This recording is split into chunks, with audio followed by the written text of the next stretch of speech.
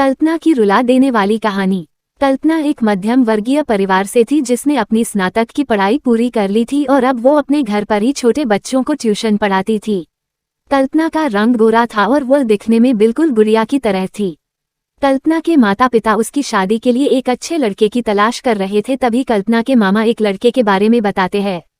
वो कहते हैं कि लड़का का नाम राहुल है, वो किसी कंपनी में मैनेजर के पद पर है और महीने के 70,000 कमाता है। कल्पना के माता पिता ने लड़के की फोटो देखी तो उन्हें लड़का पसंद आ गया। जब कल्पना की मां ने कल्पना को लड़के की तस्वीर दिखाई तो कल्पना ने कहा, जब आप दोनों को लड़का पसंद है तो मुझे भी पसंद है। अब लड़का और लड़की वालों के परिवार ने मिलकर शादी की तारीख तय कर दी। कल्पना के माता पिता बहुत खुश थे कि उनकी बेटी की शादी एक अच्छे घर में हो रही है। पूरे धूमधाम से कल्पना की शादी हो गई। अब कल्पना अपने बचपन के घर को छोड़कर एक नए घर चली गई। कुछ दिन तो कल्पना को अपने माता पिता और अपने घर की बहुत याद आई। कल्पना की शादी के अब महीने बीत गए थे।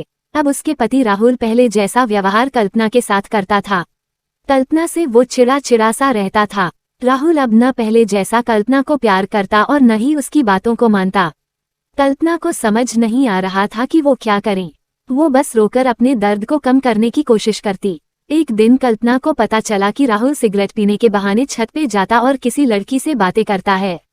जब कल्पना ने राहुल से पूछा कि आप रोजाना छत पे जाकर किससे बात करते हैं तो इस पे राहुल ने जवाब दिया कि वो मेरे ऑफिस का फ्रेंड है, बस उसी से बातें करता हूँ और तुम अपने काम से मतलब रखो, ज्यादा सीआईडी बनने की जरूरत नहीं है। होली का दिन था। राहुल के कुछ दोस्त उसके घर आए थे। सभी ने घर पर पार्टी किया। उस दिन राहुल का एक दोस्त थोड़ा ज्यादा ड्रिंक कर लिया था और उसने नशे में कल्पना के सामने जाकर कहा, भाभी आप इतनी प्यारी और मासूम हो, फिर भी राहुल भाई दिन भर उस घमंडी नेहा से बातें करते रहते हैं। लगता है कि आप राहुल भाई का सही से ख्याल नहीं रखते। ये सुनकर कल्पना का शक अब हकीकत बन चुका था। अगली सुबह जब कल्पना ने राहुल से पूछा कि ये नेहा कौन है और क्या लगती है आपकी? राहुल, मैं तुम्हें क्यों बताऊं? कल्पना, मैं बीवी हूँ आपकी। राहुल, देखो तुमसे पहले वो मेरी लाइफ में आई। कल्पना, तो फिर मुझसे शादी क्यों किया?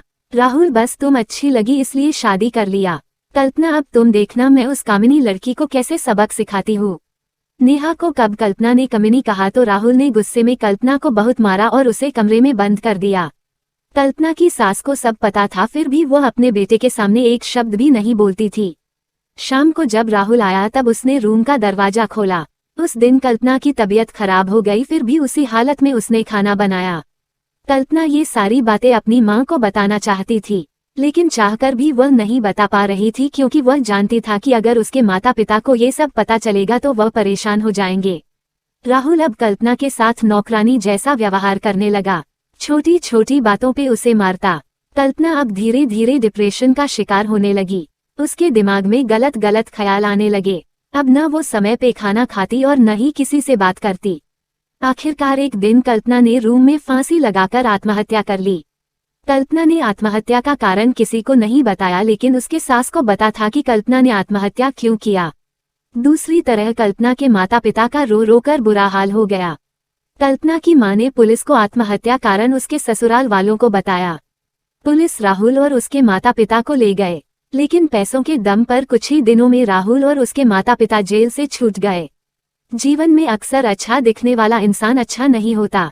उसके अंदर कहीं न कहीं बुराई छुपी होती है और वही बुराई किसी की जिंदगी को बर्बाद कर देती है। कुछ ऐसा ही कल्पना के साथ हुआ।